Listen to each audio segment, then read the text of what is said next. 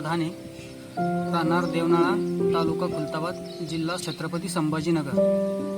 मी धनश्री क्रॉपचे 14-7-14 निवाटेक ही खताची बॅग वापरली। याच्याबरोबर बेसल डोसमध्ये एक निमोळ्यात आणि सुपर फॉस्फेट, याच्यापेक्षा दुसरं काही घेतलेले नाही। आता आपल्या प्लॉटला कमीत कमी 40 ते 42 दिवस झालेले। फक्त इंटेक्स आणि ह्युमिक स्टार हे वापरलं, त्याच्यानंतर N21 आणि कॉम्बी2 वापरलेलं आहे। आणि त्याच्यानंतर ह्या बॅगमुळं कोमाची साईज आणि कोमाची जाडी एकदम जबरदस्त रिझल्ट आलेला आहे सर। त्याच्यानंतर पुरा प्लॉट बघू शकता तुम्ही।